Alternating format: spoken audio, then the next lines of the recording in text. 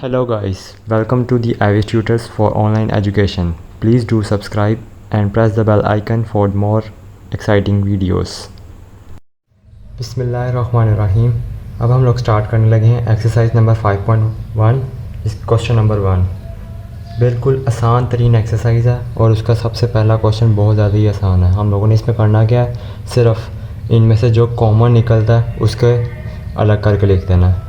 वैसे तो स्टेटमेंट है फैक्टराइज़ की कि हमने फैक्टराइज़ करके देना है। फैक्टराइज़ करने के लिए हम लोगों को क्या करना पड़ेगा कि इसके अंदर जितने जितने कॉमन नंबर्स आ रहे हैं वो कॉमन निकाल के रखने हैं। स्टार्ट करने लगे हैं। तो सबसे पहले हमारे पास लिखा हुआ 2abc माइनस 4bx।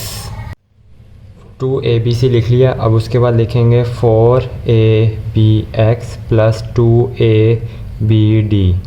अब इसमें पहले हम 2, 4 और 2 कॉन्स्टेंट को देखेंगे। कॉन्स्टेंट कैसे ब्रेक कर सकते हैं, 2 को ब्रेक नहीं कर सकते, 2 को वैसे ही रहने देंगे। 4 को लिख सकते हैं हम 2 इंटू 2, साइड पे abx एज इट इज़। इसको हम लिख लेंगे दोबारा 2abd। अब इसमें हम लोग आके देखें तो इसके पास भी एक 2 है, इसके पास 2 2 हैं, इसके पास एक 2 है। तो कॉमन अगर हमें कॉन्स्टेंट कोई कॉमन निकालना हो तो हमें नज़र आ रहा है कि हम सिर्फ एक 2 कॉमन निकाल सकते हैं, जो इसके पास भी है, इसके पास भी है और इसके पास भी है। उसके बाद अगर हम अल्फ़ाबेट्स में जाएँ तो इधर ए और ए, जो तीनों के पास एक है वो एक ए कॉमन आ जाएगा। उसके बाद बी, इधर भी बी और इधर भी बी, तीनों का बी है। अब सी इसके पास है लेकिन इधर नहीं है ना इधर है। इसी तरह एक्स इसके पास है, वो इधर नहीं है, इधर नहीं है, इधर भी नहीं है। अब कॉमन और कुछ नहीं निकल सकता। अब हमने 2ab निकाल लिया कॉमन। अब फर्स्ट टर्म में से 2ab बाहर चला जाएगा तो पीछे बचेगा सिर्फ c, माइनस 2 बाहर चला गया, एक 2 रह जाएगा, ab बाहर चला गया, साइड पे x रह जाएगा, प्लस 2 बाहर चला गया, ab बाहर चला गया, अब सिर्फ d रह गया। तो हमारे पास इस टर्म के 2 फैक्टर्स ये बन गए। क्वेश्चन 1 के पार्ट 2 की तरफ चलते हैं। क्वेश्चन नंबर 1 के पार्ट 2 में हमारे पास क्या लिखा हुआ, 9xy 12x² प्लस 18xy। इसको एक दफ़ा क्वेश्चन रिपीट लिख लेते हैं। और एक बात, अगर आप लोगों को क्वेश्चन देखने में डिफ़िकल्टी हो रही हो या बहुत बारीक लिखा हुआ नज़र नहीं आ रहा तो आप लोग वीडियो को पिंच करके जूम करके भी देख सकते हैं। जितने क्वेश्चन पे आप हों उतना वीडियो को जूम करके उस पर फोकस करें तो आपको नज़र आ जाएगा। अब हम लोग दोबारा कांस्टेंट पे आएंगे। तो कांस्टेंट की तरफ कैसे कांस्टेंट को ब्रेक करना, चाहे 9 को ब्रेक करेंगे तो 9 3 इंटू 3 9 बन जाता है। x और y एज इट इज़ रहने दें। 12 लिखा हुआ है। 12 हमारे पास अगर रफ में हम लोग इसका एलसीएम लेके चेक करें तो हमारे पास बनता है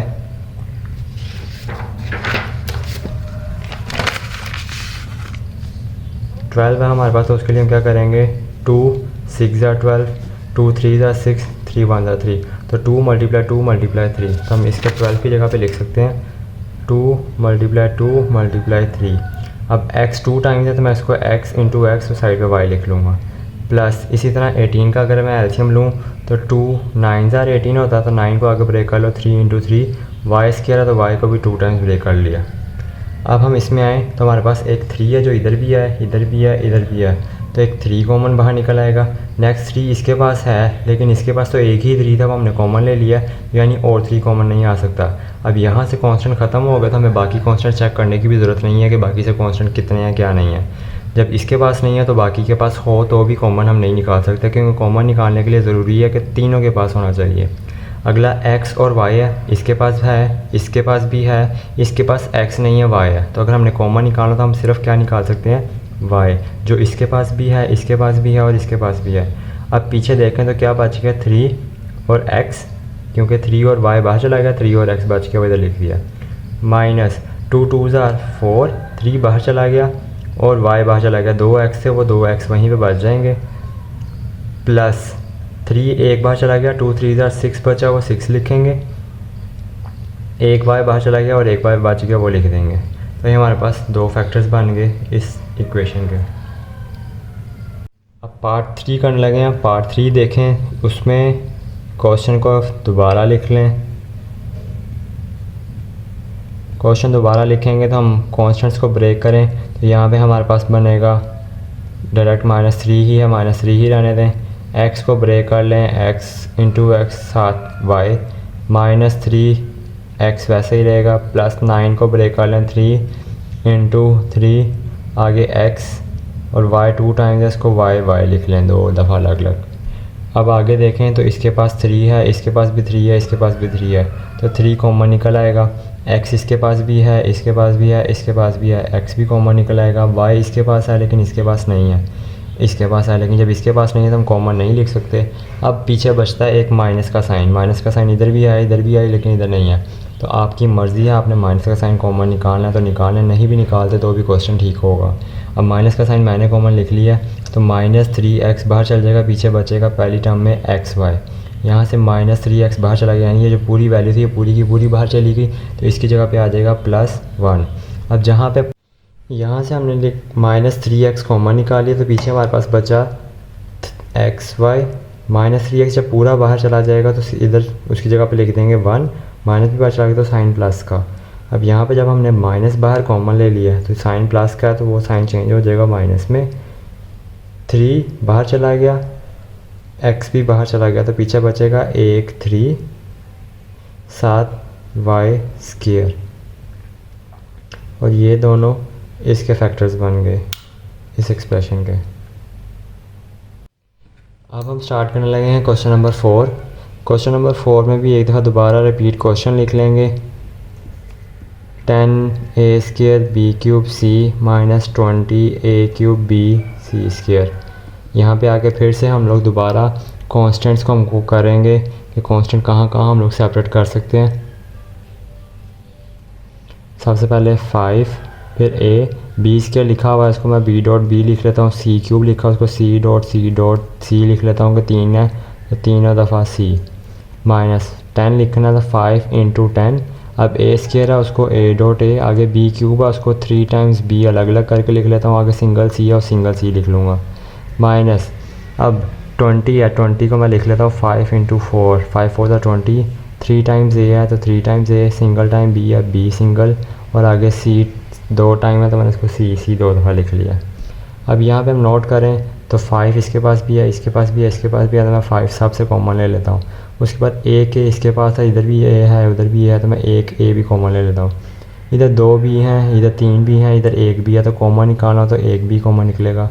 3c 1c और 2c, तो कॉमन निकालना हो तो कम से कम एक है जो सबके पास है, तो 1c बाहर आ जाएगा। अब जब बंदा लिखना तो 5 बाहर चला गया, a बाहर चला गया, b बाहर चला गया, एक b बच गया, एक c बाहर चला गया, तो 2c बच गए। यहाँ से माइनस का साइन आ जाएगा, 5 बाहर चला गया, पीछे बचेगा 2, एक a बाहर चला गया, पीछे एक a बच गया, 3 b थे, एक b बाहर चला गया, तो 2 b बच गया, और एक ही c था वो बाहर चला गया, -5 बाहर चला गया, 4 लिख लेंगे, एक a बाहर चला गया, पीछे 2 a बच गए, एक b था वो बाहर चला गया, 2 c थे, एक c बाहर चला गया, एक c रह जाएगा। तो ये इसके फैक्टर्स बन गए। अब 5th पार्ट पे आ जाए तो 5th पार्ट में अगर हम देखें तो 5th पार्ट के अंदर हमारे पास एक टर्म ये है, बीच में माइनस का साइन, एक टर्म ये है, इसके अंदर पहले से ही फैक्टर बना पड़ा हुआ है कि x - 3y इसके पास भी है, इसके पास भी है, तो मैं फर्स्ट स्टेप में ही उसको बाहर कॉमन ले लेता हूँ। तो अंदर हमारे पास यहाँ पे क्या बचेगा 3x³ y, और यहाँ पे मेरे पास क्या बचेगा -7x² y²। उसके बाद अब यहाँ से तो x - 3y ये कॉमन आ गया, इसको कुछ नहीं कर सकते। इसमें से हम देखेंगे कि इसमें से और क्या क्या कॉमन निकल सकता है। अगर मैं देखूँ तो 3x³ लिखा है, इसको मैं x को 3 दफ़ा सेपरेट करके लिख लूँ, और सिंगल टाइम y है तो y को सिंगल टाइम लिख लिया, -7 किसी का फैक्टर नहीं बनता, 7 as it is. x 2 times लिखा तो मैं x को 2 दफ़ा x लिखना है, ये एक दफ़ा ये लिख लिया, एक दफ़ा ये लिख लिया, अब गलती से मेरे से आगे पीछे हो गया, लेकिन कोई इतनी इशू नहीं। अब 2 टाइम y लिखना था, y इधर एक टाइम लिख लिया, एक दफ़ा मैं इधर y लिख लेता हूँ। अब कॉमन निकालना हो तो x - 3y ये तो एज इट इज़ आ जाएगा, इसमें से कांस्टेंट नंबर तो कॉमन नहीं आ रहा, लेकिन इसके पास 3x हैं, इसके पास 2x हैं, तो यानी 2x बाहर कॉमन निकल सकते हैं। इसके पास 1y है, इसके पास 2y है, तो y भी कॉमन निकाला तो 1y भी कॉमन निकल सकता है। तो पीछे क्या बचेगा 3, 1x और y बाहर चला गया। अब -7, 2x से दोनों बाहर चले गए, 2y थे, 1y बाहर चला गया, पीछे 1y बच गया।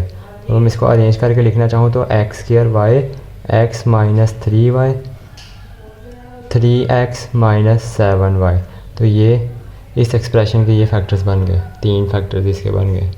क्वेश्चन नंबर 1 का हम लोग लास्ट पार्ट करने लगे हैं। लास्ट पार्ट के अंदर भी 5th पार्ट की तरह पहले से फैक्टर बना पड़ा हुआ है, उसको हम पहले ही कॉमन ले लेंगे। एक्स स्क्वायर 5 इसमें भी है, इसमें भी है, मैंने उसको कॉमन निकाल लिया। पीछे हमारे पास फर्स्ट टर्म में बचेगा 2xy³ plus 8xy² second term से आ गया कॉमन। अब जो फर्स्ट नंबर है वो तो एज इट इज़ रहेगा, इसको मैंने कॉमन निकालना, तो इसमें से क्या कॉमन निकल सकता है, पहले फैक्टर्स को ब्रेक करके लिख लें। 2 है एज इट इज़ आ जाएगा, x है वो भी एज इट इज़ आ जाएगा, 3 टाइम्स y है तो उसको 3 टाइम्स मैं लिख लूँगा, प्लस 8 है तो 8 को मैं लिख सकता हूँ 2 × 4, साइड पे x एक दफ़ा आ जाएगा और y 2 टाइम्स है, y² है तो y 2 टाइम्स लिख लूँगा। अब ये x² 5 तो एज इट इज़ आ जाएगा, इसमें भी 2 है, इसमें भी 2 है, वो 2 कॉमन निकलेगा। एक x इसके पास है, उसके पास भी एक x है, वो x भी कॉमन आ जाएगा। इसके पास 3 y हैं, इसके पास 2 y हैं, तो कॉमन निकालने में तो 2 y कॉमन निकल आएंगे।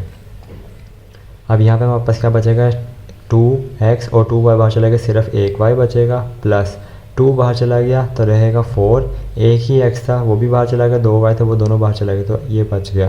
अब इसको अरेंज करके लिख देंगे 2xy² x² + 5 और y + 4, ये भी 3 फैक्टर्स इसके बन गए।